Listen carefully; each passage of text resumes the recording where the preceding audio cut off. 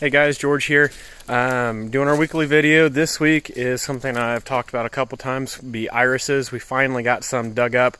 They look pretty good. The other ones I had, I couldn't really show you what I like to do with them, but we've got a good example this week, so we can show you how to divide those up once you have them above ground. We dug this clump up from a project yesterday. I will flip them over so you can see the giant mat that is under here, and all of these, tubers, for lack of a better word, and the hunks are the irises that grow together. So the way that I like to divide these, obviously you can see they're just kind of falling apart. It doesn't take much. So you get the clumps out like that, separate these out, and then you can see these have just nice sections that you can just peel off.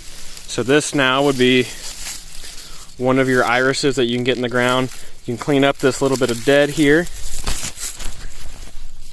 Clean that up, trim these back a little bit, and plant those. Whenever you are dividing your irises, it is okay to be very judicious with your, dividing and what you get rid of.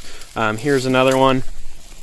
So for a clump that was that size, the size of this, to go back in the same hole, if you only came back in with 5 or 6 of these, you would still have probably 20 or 30 pieces left over. A lot of times I use a potato fork to dig those up, so it's kind of a small pitchfork. Pry that up, get it out of the ground, and then you can divide them up, put them back. Call your friends and neighbors.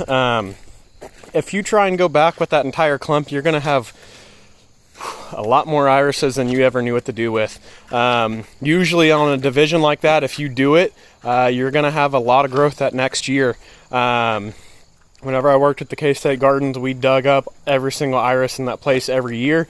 Some of them would be in clumps of the size that I showed you, and all we did was divide those up and put 4 back in the hole.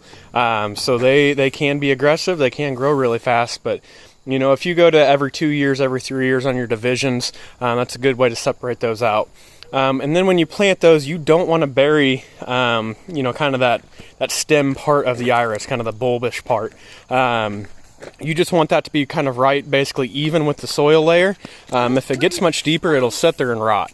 So you want those to be a little bit high. If they're a little bit exposed, a few weeks after you plant them because the soil settled, that's just fine.